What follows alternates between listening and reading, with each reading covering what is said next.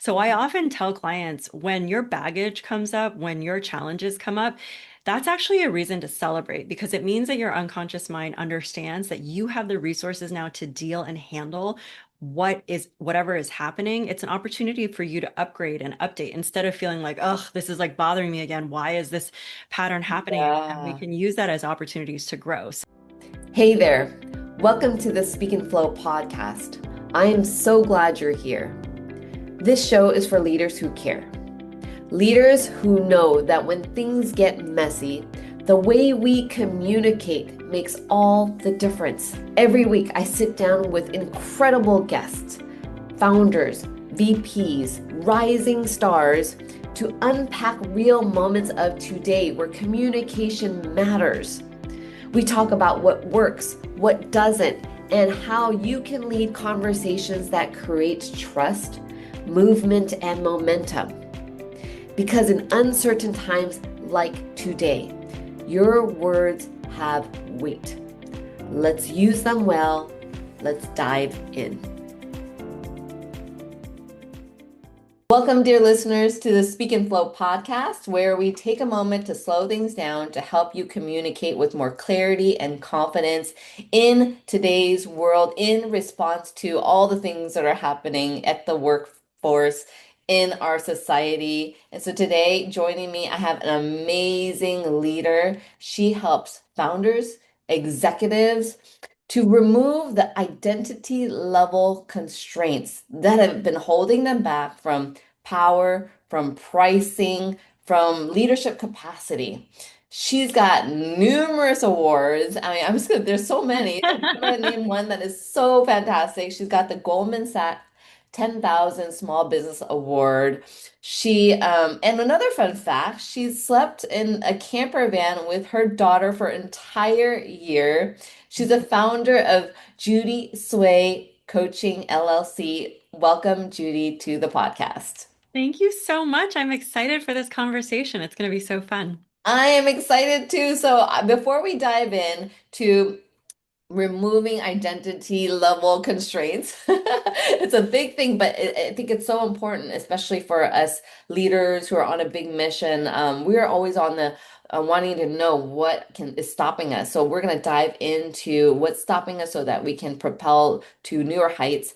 But before we get into that, can you share what is the reason why you slept in the camper van with your daughter, and what was there that you learned? Yeah. So we were living on Kauai, which many people would agree is paradise, Yes. and we were ready for a change. And so we bought a 1984 Toyota Warrior Winnebago, and we bought it in California, drove across the country, ended up in Austin, Texas, and we lived there for a year and a half before we moved to Asia.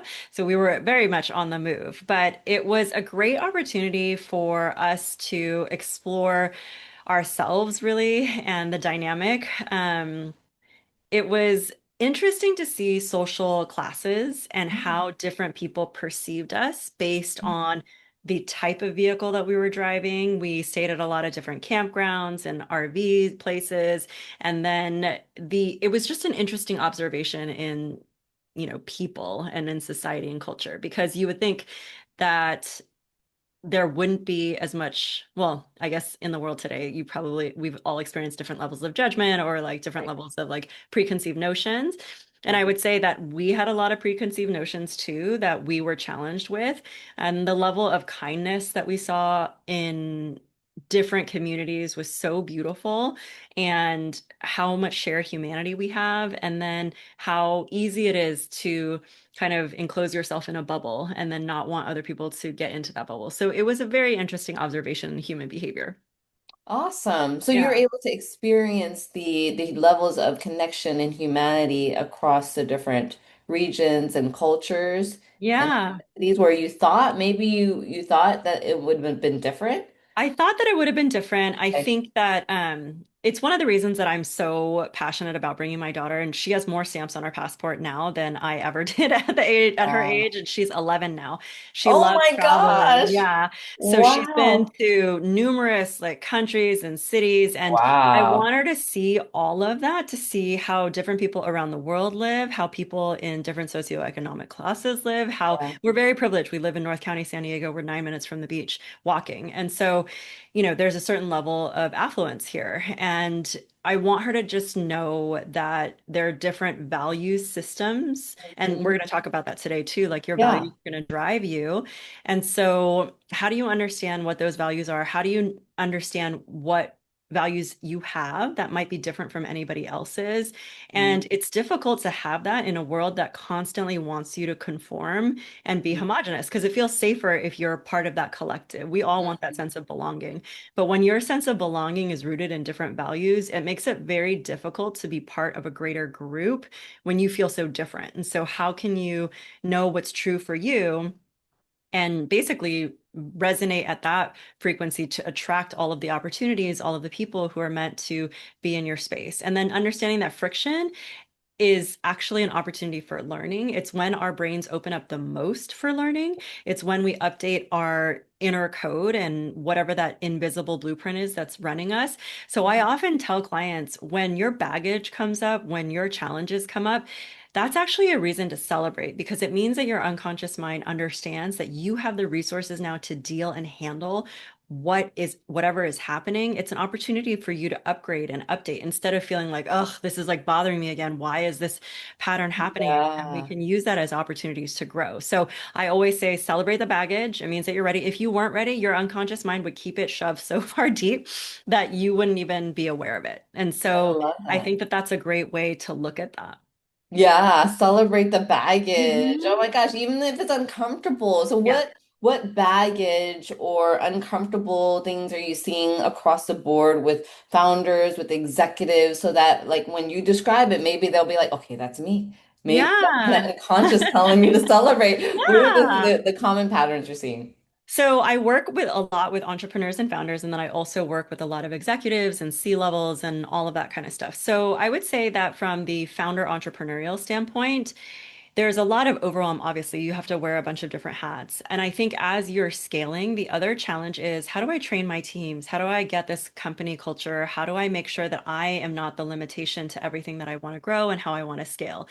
The challenge is if you are an entrepreneur, you've probably developed a lot of skill sets that have become unconscious to your benefit. You want to be able to run in a more streamlined fashion. But then when you need to train somebody else, it's hard to articulate and define what that intellectual property is and how you're doing it, how you're so effective at what you do, as well as, yes, being able to kind of hand over the reins when you need to hand over the reins. So I often say that there's three core things that are driving us. It's safety, value, and power Okay. depending on your percentage of how safe you feel in the world. And that could be emotional safety, it could be physical safety, whatever that is, how valuable you feel you are, how much contribution, impact are you making, and then the power that you have, your sense of agency.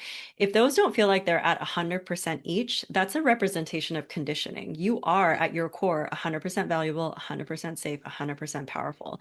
So understanding where you are in those percentages, that is also going to drive your behavior. If you feel like I'm only 60% powerful, you're going to spend that last 40% arguing for that story and that limitation, as well as having a hard time delegating to other people. So it's helpful to understand that.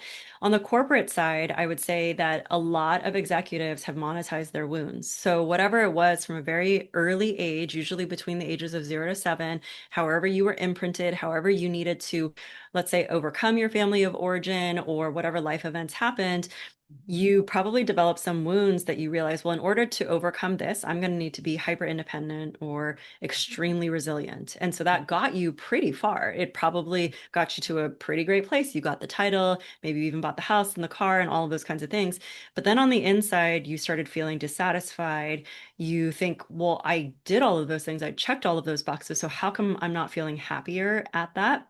Right. And part of that is the understanding that in a lot of Western culture, we are taught that you figure out, what do I want to have? Well, I want to have the things because I think in having the things, I'm going to feel better. Okay, great. So I go after figuring out how to get the house, how to get the title. So you start doing all of the things to have. And then that's usually where that existential crisis kind of comes around of, wait, who am I? Like, who am I being? What's actually important to me? Right. In Eastern culture, and a lot of my training, my daughter's born in Hawaii, the understanding is, if you ask and you start out with asking, who do I want to be? And Yeah. you do all of the things to figure out how to become that person, the having is going to happen naturally. And then your journey towards achieving that is going to feel so much more fulfilling because you will always know that you are stepping into that level of identity of who you want to be. So, with a lot of the corporate, the things that drove you in the first place, we call it Yeah. away motivation. It's now Right. become your ceiling. It's now become your Yeah. limitation. So how do you break Yeah. through that? And that's where that identity level work comes in. So for both ends, from on both the CEO and the executive end, we're still talking about an identity level constraint. Yeah, absolutely. And yeah, no, this is really interesting because I love what you said, especially with the executive level. Like a lot of the things, like you said, you're doing things that are away from your identity. So you've monetized on that, but now you have an opportunity to then remove those constraints and build a new identity. Yeah. So And everything that yeah, I do is identity level work because there's a trickle uh, down effect. So I yeah. was in therapy for, 15 plus years, and it got me to a certain place, but then I just kept feeling like I know there's more. So how do I access that additional bit? And then Mhm. that's when I found neurolinguistic programming, also known as NLP. And Right. I always like to say, like, this is everything that Tony Robbins does. He just doesn't call it that anymore because he's branded it as his own thing. But he does identity level work as well. And there's a reason for that. So when you're trying to figure out, how do I change the environment? How do I adjust the behavior? That's like pushing a boulder uphill. Whereas if you figure out, who am I? Like, what is my identity? What do I believe? Once you get that to be the most aligned sense of who you are, it's going to have a trickle down effect. So it's going to impact your beliefs and your values drive all of your behaviors. Whatever your unconscious mind believes are your top five, maybe six core values, then that's what it's going to act on. And so you can set all the goals that you want, but if it's not aligned to your values, then you're going to experience that friction or less traction. So it's identity, it's then beliefs and values, and then it's your capabilities, what you believe you can do.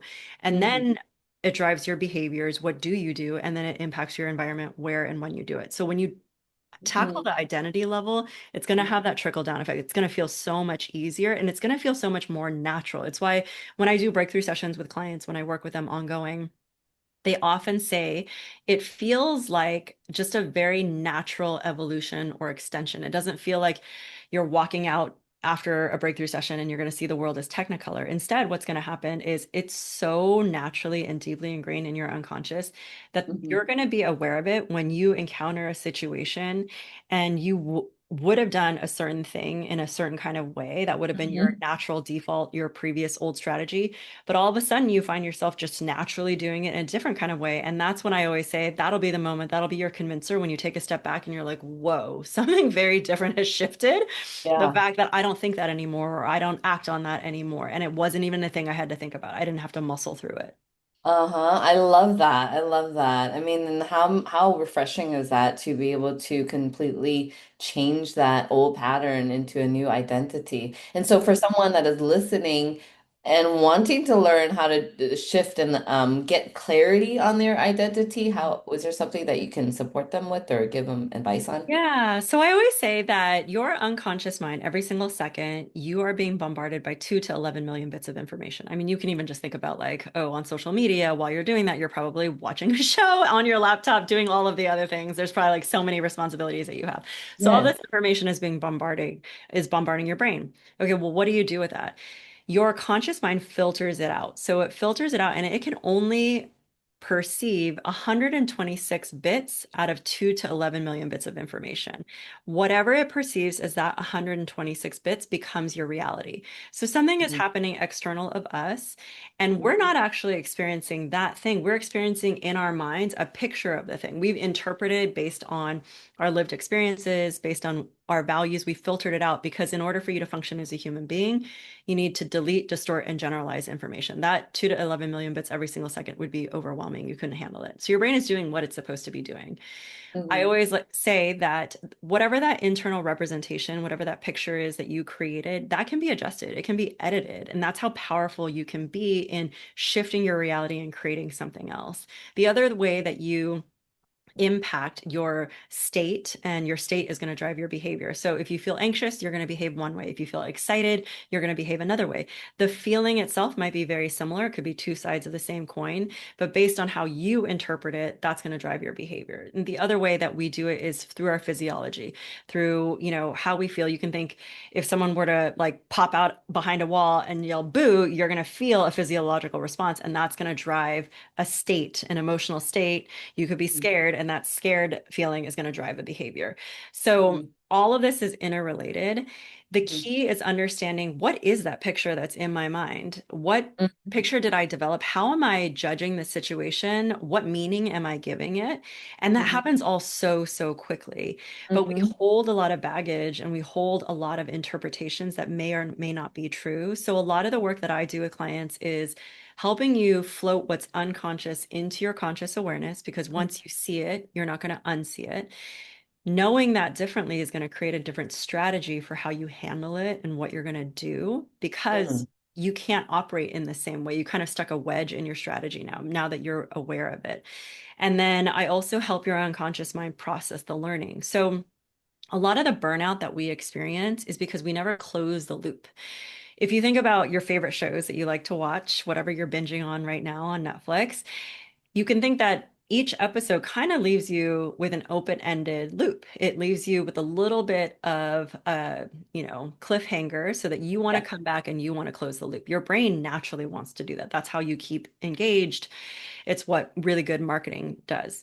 So when you don't close the loop over and over again, you create just all of these open, just think about all of the open tabs in your brain. And Yeah. so closing the loop lets you close the tab. It lets you finally be like, okay, I'm done. And the way that you close the loop is as simple as telling your unconscious mind, hey, I just want you to preserve the learning. Your conscious mind may or may not be aware of what that learning is, Uh-huh. but for anything that you can do to help it find that resolution, Uh-huh. then it helps to be like, okay, now I'm done with this. Anything else that's related to this, I can just Uh-huh. close the tabs on.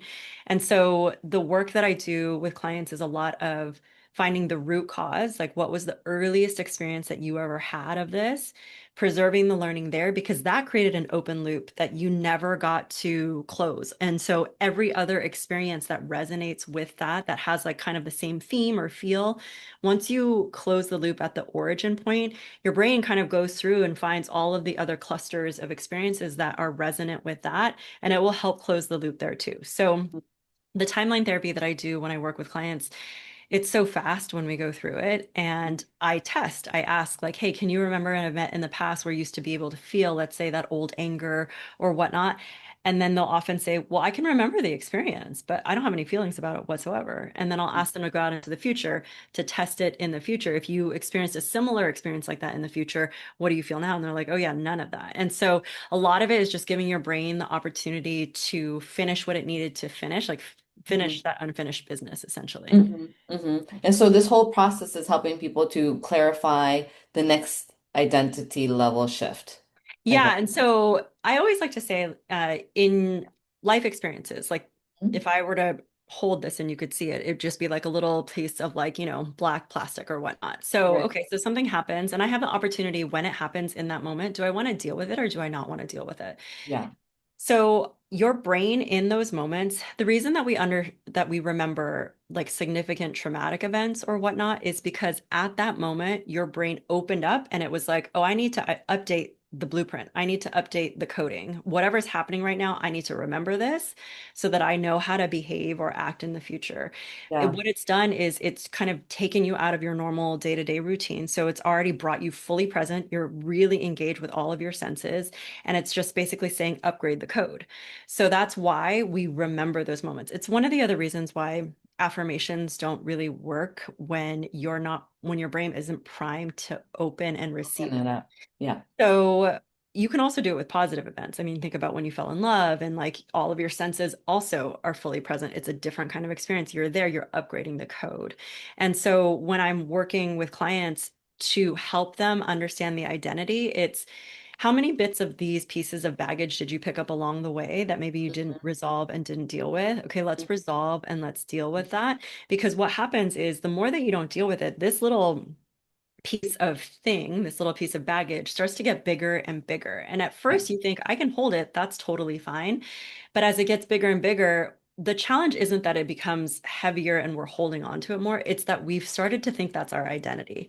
Now our Mhm. trauma has become part of our story. Now all these life events have become, that's made me who I am. That's why I do the things that I do. And so the more that you adhere to that, the less aligned you are to your true self. Remember the safety, power, and value. And so what I do is I help your brain go, oh, wait, what am I carrying that's actually just life experience and not me and not me at my core? Oh, I help you examine that. I help you remove it. And so you're not holding on to it so tightly. And then I help you learn how to drop it and you release it. And then from that point, I get to work with you as the true essence of who you are. And working with you that way will always be more aligned. It will always attract more of the right opportunities because now you're truly who you're meant to be in the world. I agree. I agree. Yeah, that makes a lot of sense because a lot of that, the old baggage, it's not needed, right? It's like, but then Hmm. people don't really know how to let it go, and so they need, Hmm. having either you or somebody, that's Yeah. professional to be able to help them to navigate that. Yeah. And then they can start to create. Then they can start to be decide and think about and even be more aware of the next level Yeah, of absolutely. Yeah. So the baggage is just lived experience. It's the just lived significant experience. emotional events that happened along the way. They become part of your story. But they So, do, but they're your yeah. lens, what they Yeah. see Hmm. everything from that Yeah. lens. It's Yeah. like, And the yeah, really powerful part of it all is understanding that you can edit and change that at yes, any time. yeah. So you can have a different experience with that memory. A lot of the work that I do is getting you to be in a perspective, like a bird's eye view of that experience. So you see things you didn't see before.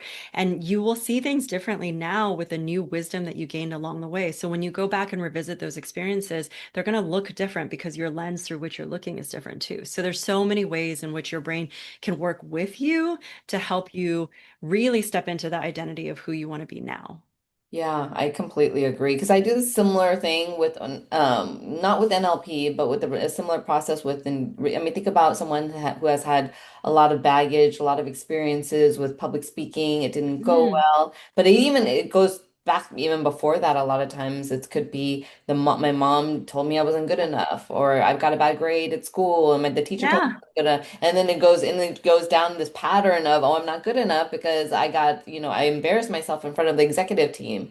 And then so they carry this, to them, and then so it becomes like, I can't speak in public. And then so then they have this yeah, identity. And then so no matter what tools or techniques we give them to speak with authenticity, with confidence, if your nervous system, like you mentioned, is not ready to do this or is wants to keep us safe, it's not going to work. The tools are not going to yeah. work So until I you always go like to back. Yeah. say that your nervous system needs to feel safe. And everything that I do with clients, I always ask permission. Is it okay with you for us to do this?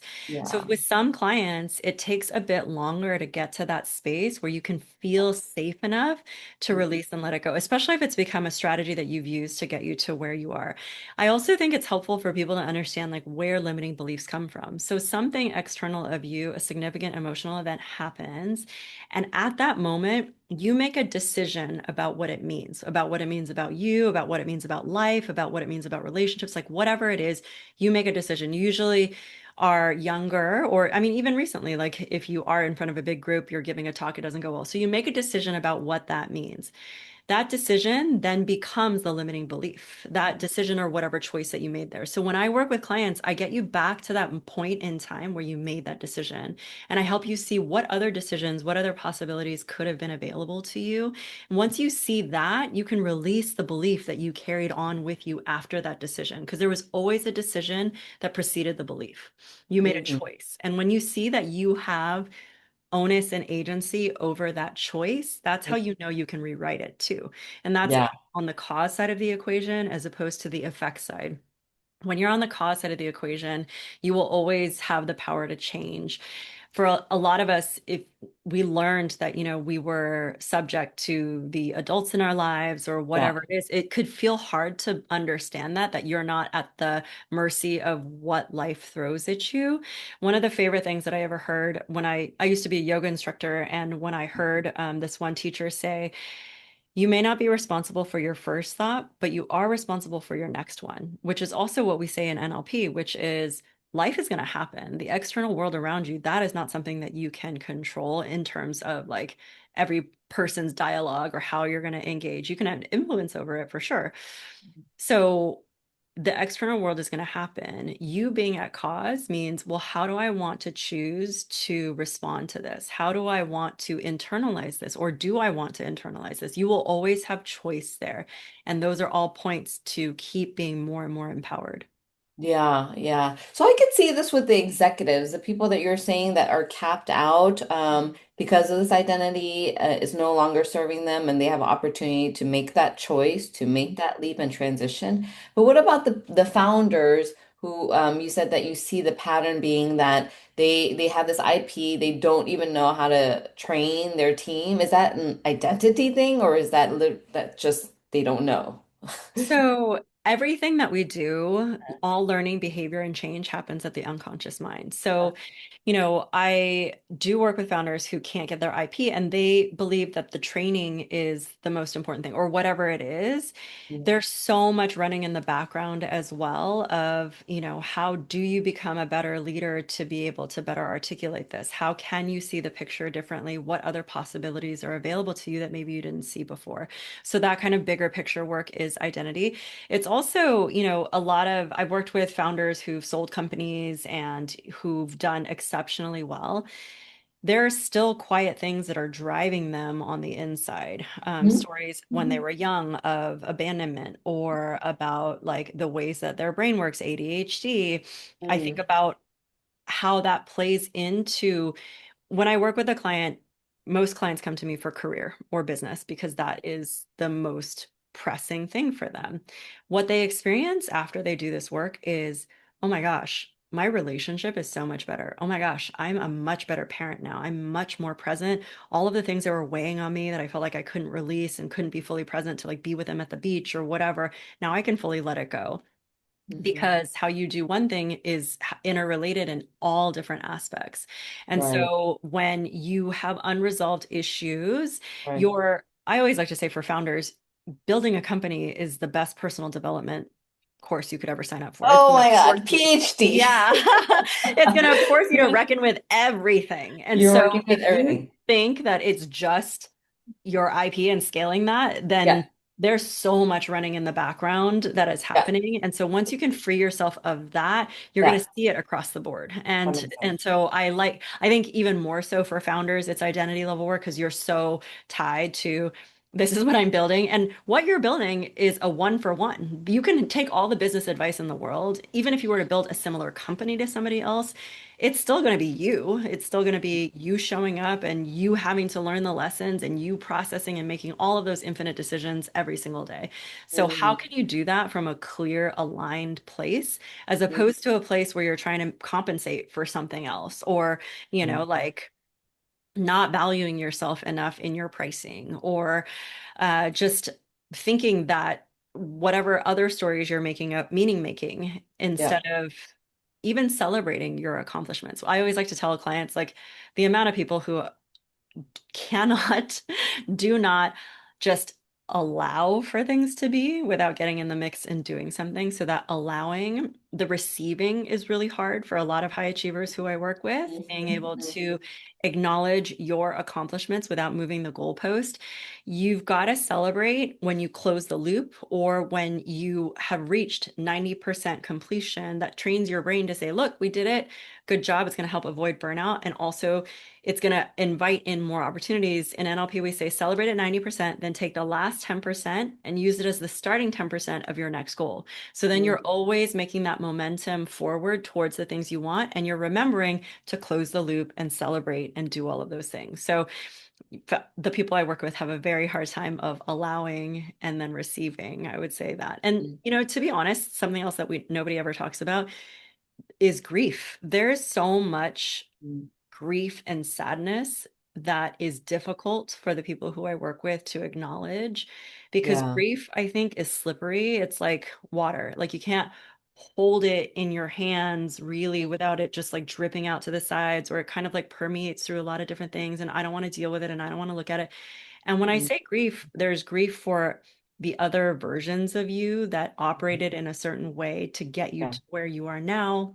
Yeah. There's grief for having to make so many decisions. And Cheryl Strayed says she has this beautiful essay that you can Google about sister lives and about the decisions that you did or did not make, and Yeah. how you have to reckon with that at times of Yeah. like, well, had I made this choice, this is what my life would have looked like. And that is not a life I'm going to be living. So I need to reckon with that.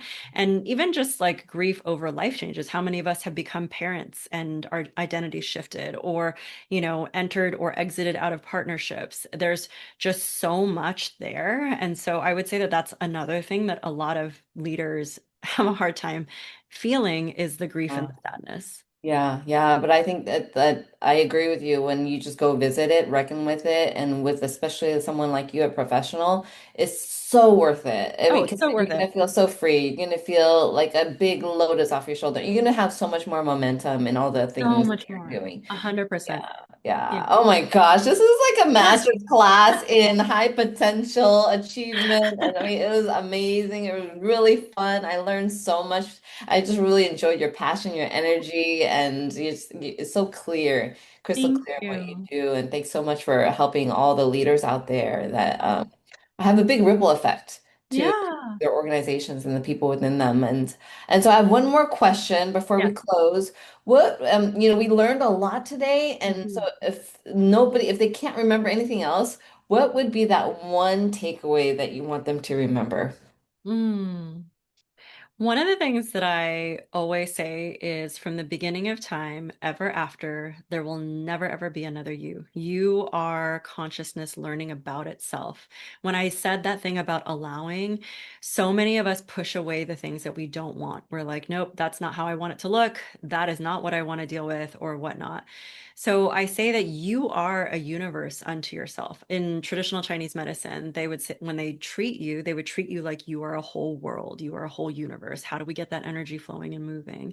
And Yeah. so you are part of the universe, and the universe doesn't not allow things to exist. As you can see on our planet in and of itself, there are, crimes, there's all the different levels of politics, there's everything. It all exists. The universe isn't like that Marvel series where like the guy just puts the kibosh on like half of humanity.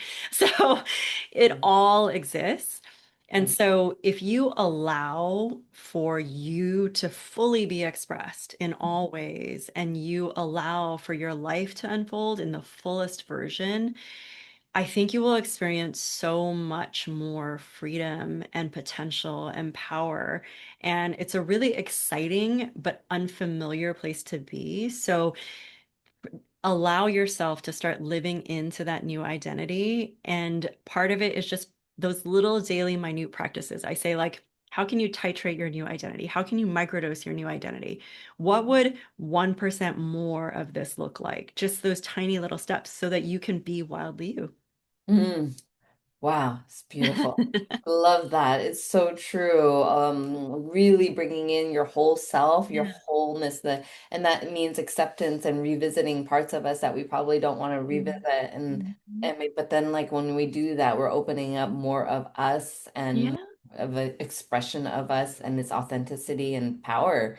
And so that's Absolutely. beautiful. Yeah. Thank you, Judy, so Thank much. I had such you. a great time. I mean, Thank we you. can probably do another two or Yeah.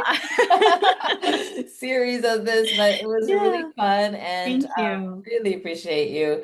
And thank you, audience, for being here. I trust that you got your golden takeaway and implement them right away. And remember, anytime you have a chance to communicate, you are also making connections and making a positive difference in other people's worlds. Mm. Until next time, I'm your sister in Flow. Take care. Bye-bye. Thanks for tuning in today. If this conversation sparked something for you, if you're thinking, we talk a lot in our organization and things still fall through the cracks, we're not getting the results that we want, I've got something for you that might help. It's called the Accountability Self-Assessment, and it takes less than 60 seconds. In one quick review, you'll get real insights as to why accountability and results are slipping on your team. And you'll walk away with a legacy accountability card. It's a simple one-pager framework to help you and your team move talk to traction. Because the legacy of you and your team is built more than just meetings. It's built on clarity, consistency, and follow through. So grab it today. Go to speakandflow.com or click on the link in the show notes. It's free, fast, and built for busy leaders like you. See you next time. Until then, keep communicating with impact and momentum.